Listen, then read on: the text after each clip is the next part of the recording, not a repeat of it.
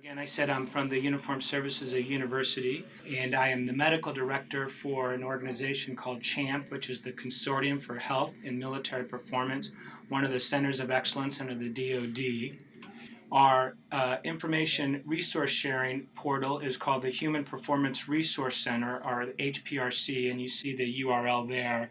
And the material that we are presenting today can be found there in addition to other useful information. At the end, we'll talk about ways that you could sign up to get information as we upload it. So I want you to keep two cases in mind as we discuss anterior knee pain or patellofemoral pain syndrome. The first is a case of a 24-year-old white female with bilateral anterior knee pain since joining the military. This is her first duty station after she finished initial training. So keep that case in mind and contrast this with the next, another 24-year-old white female with unilateral right anterior knee pain while running. She was a former collegiate athlete who had a knee injury in her junior year. She elected not to play in her senior year, but she was able to make it through officer basic training without much problem. And this is her first duty station after officer basic course. So keep those two cases in mind as we work through anterior knee pain or patellofemoral pain syndrome. There's two references that I put up here for you, and I'm not necessarily advocating either one of these, although they're both fairly decent references. My point is, as opposed to getting multiple different resources, you just need a couple good ones and stick with those. One needs to be a sports medicine book or an orthopedic book, and the other needs to be something that you can give exercise instructions or rehab instructions to your patients. I do want to advocate when you do provide those instructions, it's not just enough to photocopy something and hand it to them. You must be able to explain the exercises, or if you have a corpsman or medic or nurse do that, they must be able to explain those exercises or rehabilitation too. So again, you just need a couple good resources and stick with those. These two are both available online in addition to hard copy. Let's talk a little bit about overuse injuries and where they come from. In general, it's too much, too fast. And the question is it overuse or is it improper use? And the reality is it's probably both. The other concept I want to talk about is something called intrinsic versus extrinsic risk factors. And simply intrinsic is what you are born with, what you bring to the fight, i.e. a 5-foot-tall female in basic training is going to have difficulty keeping up with 6'1" or 6'2" men when they're marching and may be predisposed to injuries. That's an intrinsic risk factor that we can't really adjust. As opposed to extrinsic risk factor, which is something modifiable, i.e. we're running every day, we're running too far every day, we have improper shoes, we're running on a canted surface. Those are extrinsic risk factors that we can modify. And as anything, prevention is the best medicine. I also want to talk about prevention after rehabilitation, which we actually call prehabilitation. So you recover and you're preventing getting injured again, and that's something that we sometimes fail to do. So that's kind of overuse injuries in a nutshell. I also want to introduce a couple different definitions for topics. We've heard the term tendinitis. You may have heard the term tendinosis, and I want to introduce you to the term tendinopathy. Simply stated, tendinitis is inflammation of the tendon, and that really is from an acute injury or from an inflammatory condition as an infection. Inverse this compared to something called tendinosis, and tendinosis is a failed healing consistent with disorganized matrix of hypercellular hypervascular tissue, which results in a painful, weak tendon.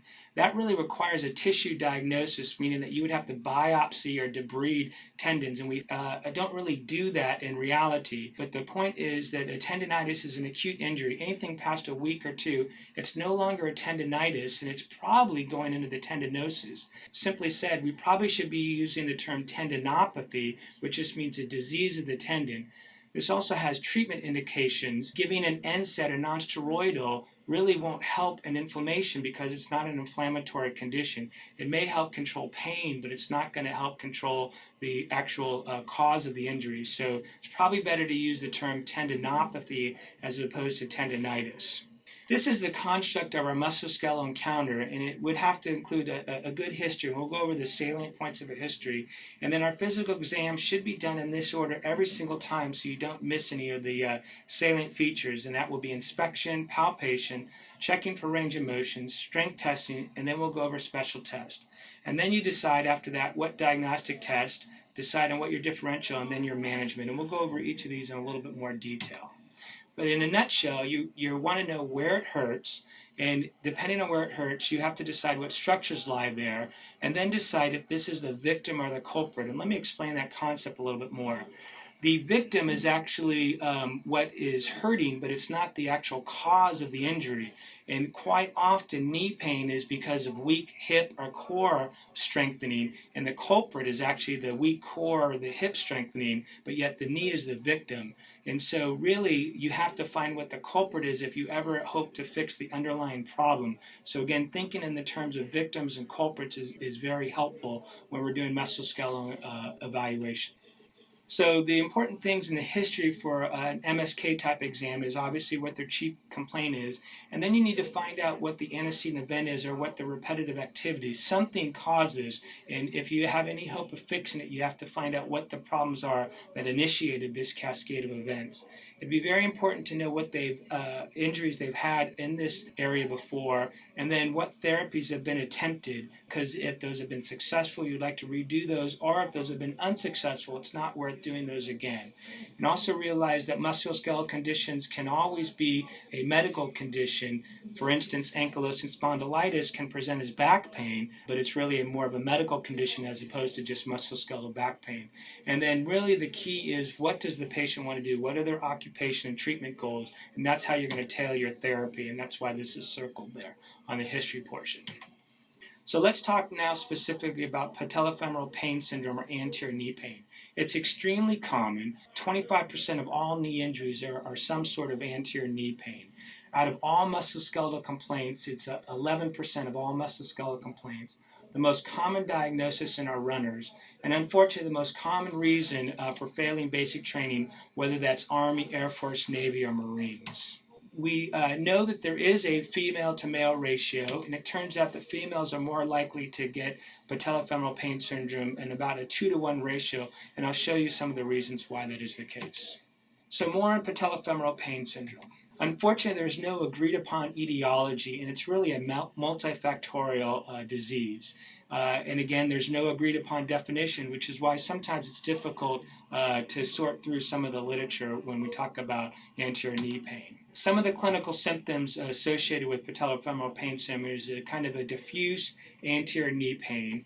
It's usually worse if you load the patellofemoral joint, and my cursor is showing where the patellofemoral joint is right here.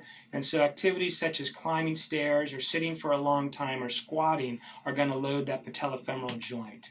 Hence, that gives rise to something called a feeder sign, where you go to a movie theater and you're sitting for 2 or 3 hours, and when you go to get up, your knees start to hurt because you've been, again, in this prolonged sitting portion, and you've been putting pressure on this patellofemoral joint. People also talk about giving way, and I'd like to talk about that a little bit more. When someone says their knee gives way, it's usually from a muscle inhibition, meaning the muscle is in pain, and so it shuts itself off, and there's a transient give way type of sensation, as opposed to a true instability. A true instability means something different, and you need to tease that out when a patient says give way. And it really is more likely that it's this muscle inhibition, and again, that's from the muscle trying to shut down because it's painful. In general, swelling is usually absent, and in fact, the swelling being present would denote probably some other etiology for patellofemoral pain syndrome. The question always comes up, can a traumatic history start the cascade of events? And probably about the half of the time that is the case, it can be the inciting event for patellofemoral pain syndrome. Here is a working definition for patellofemoral pain syndrome, and it is defined as anterior knee pain in the absence of any other pathologic condition, which means our evaluation needs to be looking for one of these pathologic conditions. I throw this chart up not to scare you, but these are some of the entities that we'd be looking for to rule out these other pathologic conditions.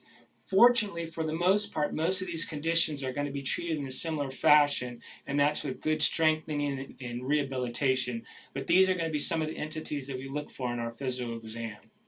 Just remind you again about the anatomy of the knee. And here are the quadricep muscles. Of these 4 muscles, probably the most important one is the vastus medialis, and there's a component called the vastus medialis obliquus. So these are our 4 muscles. They all work in concert to try to keep this patella in line. Here is a lateral view of the knee, and there's a few structures that I want to point out to you. There's several bursas here. Here's a suprapatellar bursa, or bursa above the knee. Here's a prepatellar bursa, a bursa in front of the knee, and there's also an infrapatellar bursa. In the previous slide, we talked about something called Hoffa's fat pad or fat pad syndrome. This is richly innervated with nerves, and this fat pad can get squeezed or pinched, and this can be an etiology. In addition, there's various articulating surfaces in the knee joint that can be a source of injuries. So I just wanted to remind you of some of the anatomy that we'll be dealing with. Some people subscribe that the iliotibial band can be a source of anterior knee pain, and really a good physical exam should tease that out, because this really should be lateral knee pain, or where it inserts distal on the tibial Gerdy's tubercle is actually really distal or anterior knee pain. So you really should be able to figure that out on physical exam, although you can have two things coexisting at the same time. So let's go back to our construct of the encounter for patellofemoral pain syndrome or anterior knee pain. And remember, this is what we're looking for. And remember, what we're looking for is other etiologies or modifiable factors that we can try and fix. And almost this is a diagnosis of exclusion. So let's go into those a little bit more detail. So on inspection, you're going to actually want to watch the patient walk, and this presupposes that the patient is in shorts. You really cannot do an adequate exam with someone just rolling up their pant leg. If you do not have shorts available or patients didn't bring that in, I would bring them back at some point to evaluate them in shorts. So you can actually just watch them walk from the waiting room to your exam room, or watch them walk inside the exam room. Occasionally we'll get formal gait analysis testing, but when you're just doing it informally, you're just looking for any gross abnormalities, and this can be very telling.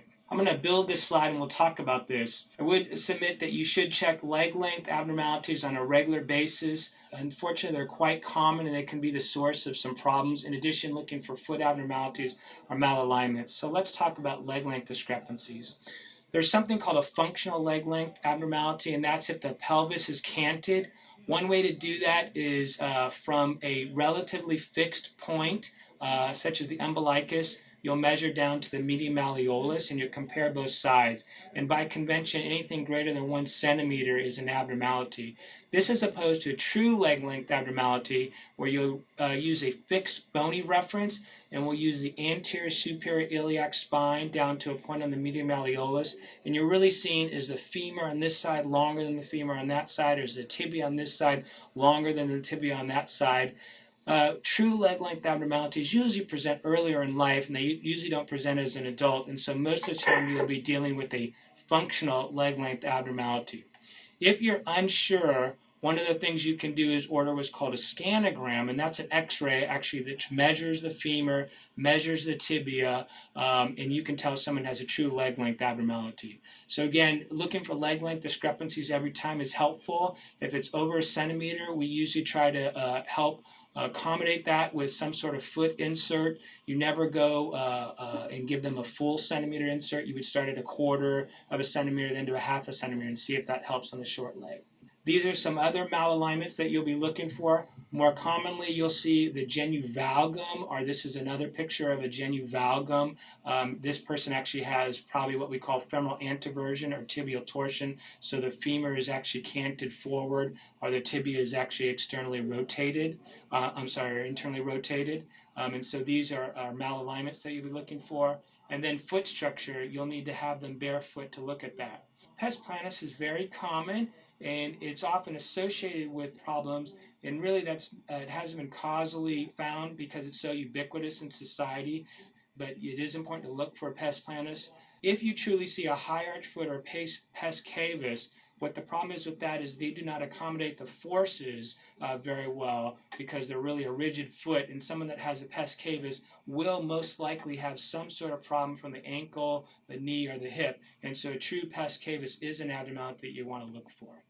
In addition, I would recommend that you look for hip weakness, and one of the ways to do this is called the Trendelenburg sign, and basically they stand on one leg, and if it is weak on the side that they're standing on, their pelvis will drop, and that's what you're looking for to test for hip strengthening. And fortunately, that's one of the things we're going to recommend and show you how to fix with some strengthening exercises. So that's your inspection. And then I'd like you to get in the habit of doing a dynamic assessment.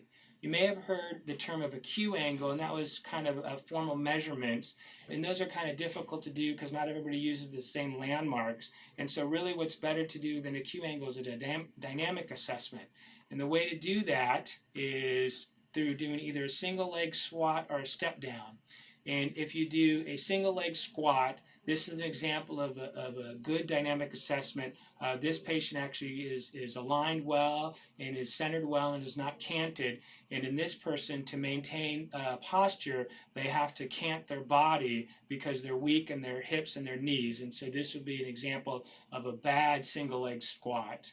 Or you can do a step down, which is the same principle. So on a step, they step on down. And this is an example of a good mechanics. Again, lined over that unilateral or the stance leg. And the same thing on a bad, an example here, to maintain stability, they need to twist their pelvis and twist their knee. And this person has weakness probably in their knee or their hip or their core strength. So this is a good assessment to do. And again, it's a dynamic assessment. The reasons why, we talked about this before with this genu valgus, and this is more prototypical in females, is they have this increased femoral anteversion, and they have a tibial torsion, and they have this L shape in here, and so they have lots of forces on the inside of their leg on here, and that's why they have lots of pain underneath their kneecap, because they're not aligned properly. So going on to the phys exam, more phys exam, remember you're looking for modifiable factors or other etiologies for their problems. Is actually just looking at their quad size and their strength and mostly paying attention to vastus medialis, obliquus, and really just a visual inspection is helpful. I just saw a patient last week and they had almost complete atrophy of their vastus medialis oblique, and I would have known that unless I took a look at that. And so just looking at their quad size is very important to note. There are a few specific patellar tests that you're looking for, and really you're looking, do they have good motion in their kneecap, and the kneecap is supposed to move somewhat, but not too much, and so let's talk through that. And so we divide the kneecap up into quarters, and basically if you can move 50% of the width of the kneecap, that's good. If you only move just a quarter, that's not good, and if you move more than that, that's too much. And in fact, one of the other things we're looking for is there an apprehension, meaning when you start to move the kneecap either laterally or medially, does the patient get the sensation that their kneecap is going to displace? And so that's one of the signs you're looking for. So again, to go over this, you want the kneecap to move about 50% of its width, and there should be no pain associated with that. And it's usually best to test this in a slight degree of flexion. So putting a pillow underneath the kneecap would give you that 20 degrees of flexion. In addition, there is supposed to be a little bit of tilt on the kneecap laterally.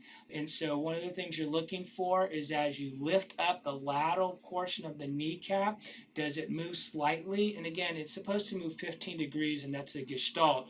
But you'll know if it doesn't move at all, that means it's too tight. And if it moves up too much, that means it's too lax. If it moves too much, then this ligament structure here has been laxed or either torn, and that would predispose them instability. If it's too tight, then it's going to rub on the back side of this patella or rub on the lateral portion of the femur on there. So that's your patellar glide and your apprehension. And again, it's looking for stability and flexibility. One of the other things you're looking for is on the patellar tracking, and as you take the knee from flexion to extension, you may see an abrupt jump of the patella, the so-called J sign. If you've never seen it, then it's probably not present. It's not a subtle finding, and really it's just you paying attention as the patient is sitting, flexion, and you go ahead and you actually try to extend their knee. You'll see the kneecap jump up, and that's called the J sign. Then one of the more common tests that we do is called the compression test, and it's done in a couple different ways. And you can do direct pressure up to the patella, so-called grind test, or you can fix the quadricep tendon, actually asks the patient to flex their quadricep, and that's going to force the patella into the femoral trochlea or femoral groove here, and if there's pain underneath the patella, that will hurt them. And so those are both variants of the patellar compression test, and that's a test that we're looking for. Now, I will caution you that if you use lots of force on everybody, that will be painful. So obviously you want to compare this with the asymptomatic side on there.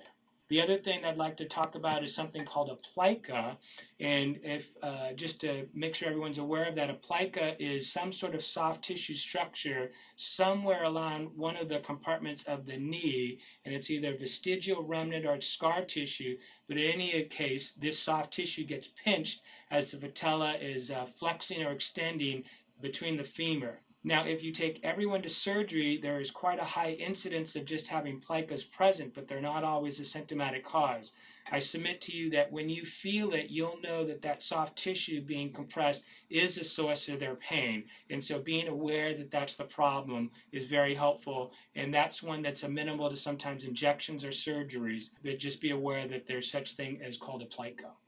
Don't forget to do your ligamentous and meniscus test, your ligamentous test for the MCL and LCL, and the ACL and the PCL. Those are traumatic injuries, and usually you need to have a good history with that, but sometimes those are remote traumas, and it's always a good idea to go ahead and test for ligamentous injuries. And then one of the other things we're always worried about is meniscal injuries. And remember your McMurray's test, and then there's a test called the Thestley's test, which you may or may not be familiar with, and that's simply 20 to 30 degrees of knee flexion, and then you ask the patient to twist on the symptomatic side, and they would have pain in the relative compartment of the meniscus. Although this is not truly a test for the patellofemoral joint, I will tell you that if you have pain in your patellofemoral joint, it will hurt because, again, you're loading that. So this is a good screening test for both meniscal problems and for patellofemoral pain problems. So again, don't forget to do your ligamentous and meniscal test on here. Okay, so let's talk about, do you need to do radiographs? Not always, but if you do x-rays, there are some special x-rays you should be getting if you order them. So you're going to do your AP and lateral views, but you need some special views, and those would either be a sunrise view or what we call a merchant view, and what they're looking for is they're actually looking for this patellofemoral joint here, and they're seeing if there's any trochlear dysplasia, and right here is an example of a trochlea, or the femur portion where the patella goes in. It is hypoplastic, meaning it's malshapen as compared to this normal side, and so that would predispose them to instability on here. In addition, you're looking for an abnormal posturing of the patella inside the trochlea here, as you can see on this abnormal one compared to there. So you would order either a sunrise or a merchant view, and either one's acceptable if you're ordering knee radiographs. The other thing that we would look for is the length of the patella tendon, and if it's too long, it's called patella alta. If it's too short, it's called patella baja. Just an easy way to remember is this ratio A to B should be roughly 1 to 1. If A is shorter, then that means that it's patella baja. If A is longer and the patella is up here, that's patella alta, and that can predispose somebody for some abnormal forces on the patellofemoral joint. And again, remember, the other thing is we're looking for arthritis or osteochondral defects, and right here you can appreciate that there's a big ding in the medial portion of the patella. I did just have a question on what is the difference between a sunrise and a merchant view, and the difference is the sunrise view is actually with the knee at 90 degrees of flexion, and then a merchant view is at 45 degrees of flexion. But for our purposes, they're really synonymous, so either one's acceptable, but that's the difference, 45 degrees and then 90 degrees. In fancy tertiary care quaternary research centers, we'll actually do 0 degrees, 30 degrees, 45, 60 degrees, and we'll do a dynamic motion all the way through, but we don't need to do that. So again, merchant view is 45 degrees of flexion, and sunrise views is 90, or this one says 115 degrees, but it's just a degree of flexion on there. Take-home point is if you're going to order radiographs, you need to get some special views, so either one suffices. Sometimes they'll do both. Notice also when you order your x-rays that sometimes if you just order a 3 or 4 view, that they'll put obliques. Obliques are not the same thing as doing a sunrise or merchant, so it's just kind of knowing what your institution does on there. Okay, so let's talk about management. So we went through our physical exam. Remember, we had a good history. We went through our physical exam, and we were looking to make sure that there was no modifiable risk factors or other etiologies. And so what are we going to do for management? So we're going to fix any problems that we find on exam, bottom line. Regardless, weight loss is very important, and no matter what we do, we're going to strengthen. Different research has looked at, should we just strengthen the quadriceps or should we just strengthen the hips? And the reality is you need to strengthen both, and that's what we subscribe to you, is doing that. Flexibility, I put a question mark here, and so if there truly is a pathologic loss of range of motion, then we want to improve that. But doing flexibility without doing strengthening is the wrong answer. And in fact, as you do strengthening, usually your flexibility improves. And most people would subscribe that as long as you're strong within the range of motion you have is fine. And if our goal is to get them to run, you do not need an extreme range of motion. So flexibility is not the main thing that we should do. It really should be strengthening. And flexibility can go in concert with the strengthening. I'd like to talk about braces. So braces can be helpful, and down here are two examples of braces, and this would be a knee sleeve that has a patellar donut that people sometimes think is supposed to keep the patella in place. It really doesn't keep it in place, but it can be helpful for proprioception. Some people really like these, and some people think it helps. Other people actually don't like it because it puts too much pressure on the patella, but it's certainly worth a try. If you do prescribe a brace for a patient, you need to make sure it fits, so we don't want this thing slipping down there. Some of the times what I use is something called a dual action Chopat strap. And Chopat, it's a name brand, but what it is it fixes the patellar tendon here and it fixes the quadricep tendon here, and it just spreads the forces over a wider area. And so again, some patients really like braces and some don't, and there's kind of a trial and error, and we really haven't found a lot of factors in research that says one brace is better than another. So it's certainly worth a try, but it's not a panacea. Should you prescribe foot orthoses? Maybe. And there's some research to show that either over-the-counter foot inserts or custom foot orthoses can be helpful, and I think it's certainly worth a try. I would tell you that if you truly had a patient that had pes cavus or a high arch foot, that is somebody that's going to need a foot insert that will help give some cushion.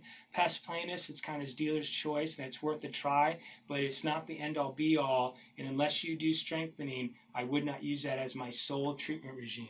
The other big factor is training errors. What are they doing? Why are they doing it? And how can you fix those? And so that's one of the other big things. Realize we talked about tendinitis versus tendinopathy, and so medications really is not going to fix anything. It's just an adjunct. The way I usually do my medications, and I include injections in here, is we use those sometimes for diagnostic purposes, but usually if a patient can't do their rehabilitation or they can't do their job or they can't sleep, then I would use some medications to help them with that. But I would never give medications without prescribing strengthening and a rehabilitation program on there. So just be mindful of that, and we'll talk a little bit about some other medications.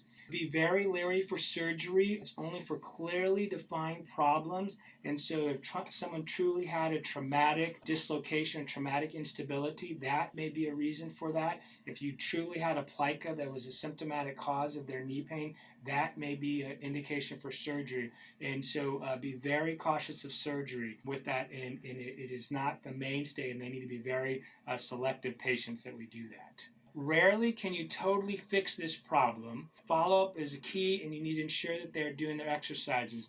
And really, this is more of a management strategy of how can we manage your knee pain to get you to do the activities you want. So it's very unlikely that you're going to fix this problem per se. But again, here are the keys for management. With that, I'd like to talk about an algorithm that we created here at CHAMP, or the Human Performance Resource Center. And this basically walks through what we just talked about, and I'll show you how to download this. But this is a quick algorithm because I know just like I get it, patients will do this as they're walking out the door. Oh, by the way, I have a PT test coming up, or oh, by the way, I have some anterior knee pain. And this is a quick algorithm to go through of what we just talked about. And on the flip side of this chart is how to do some of these special tests that we talked about. So with that, I'd like to go on to a few cases and work through those. So let's go back to case one. So remind you what case one was. This is our 24-year-old white female who had bilateral anterior knee pain since joining the military. And this is her first duty station after initial training. I would probably add on her history that she probably was not very athletic growing up, and probably barely passed her PT test to make it out of initial entry training. So on gross inspection, this is what you see, and this is a prototypical valgus kind of abnormality. you do a dynamic assessment on her and have her do a single leg squat, and you see that she is not well aligned over this, and you actually go ahead and push down on her kneecap, and that hurts her when you do your patellar compression. And so those are your pertinent positives on your physical exam, and everything is negative. So my question to you is, should we image her, or how would we treat her? And I'll give you a few seconds to think about that. So what I probably would do with her is I probably wouldn't image her, because I think I would diagnose her with patellofemoral pain syndrome. She gave me nothing in her history that I would think of anything traumatic, so I don't think I would need to image her at all. I would try to avoid offending activities. I would concentrate on strengthening both her hips and knee musculatures. I would probably give her a foot orthoses, because it's pretty easy to do, and I would give her an over-the-counter orthoses that had some good cushion. I would consider giving her one of those dual-action Chopat straps. I would start with some topical medications. I wouldn't do injections or orals just right now, and I would follow her up in 6 weeks. So again, this would be your prototypical patient, and this is how I would go ahead and treat her. Let's talk about patient number 2. And again, remember, the most important thing is avoiding the offending activities and strengthening both her hip and knees, and we'll show you how we would recommend doing that. So let's talk about case number 2, and this one's slightly different. So same age, but this person has unilateral knee pain, so right anterior knee pain while running. Remember, she was a collegiate athlete who had a knee injury in her junior year, didn't play her senior year, and made it through OBC okay. So this is a different story than the first patient. So I'm thinking something traumatic happened to her already before I examine her.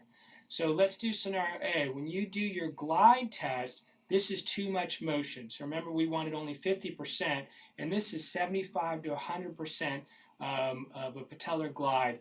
And she commented on pain on here. So right now I'm thinking that she has instability, because she probably had some sort of subluxation of her kneecap, or maybe a dislocation.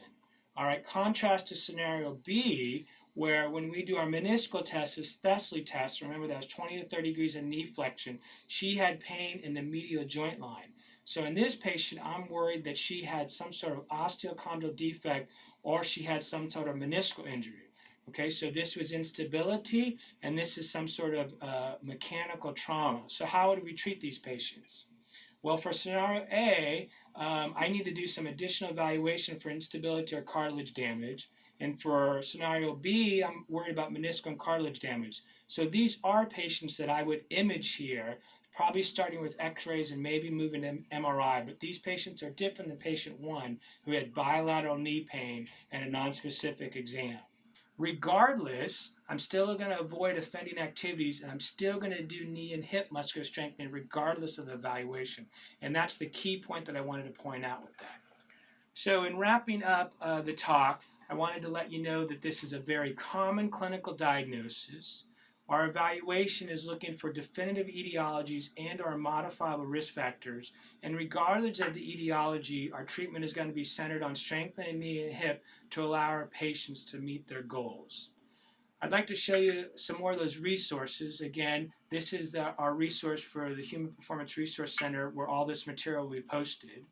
And if you go there, this is our webpage that has how we would prescribe rehabilitation. There actually is a portion for the patient, there's actually a portion for the provider. If you do have questions, you can email us at the addresses that you'll see on the PowerPoint presentation. In addition, that website that I showed you has an Ask the Expert feature on there, and we'll be happy to answer questions on this subject or any other sports medicine subject that you have. And I appreciate your attention. So this is Colonel Leggitt signing off. Thank you very much.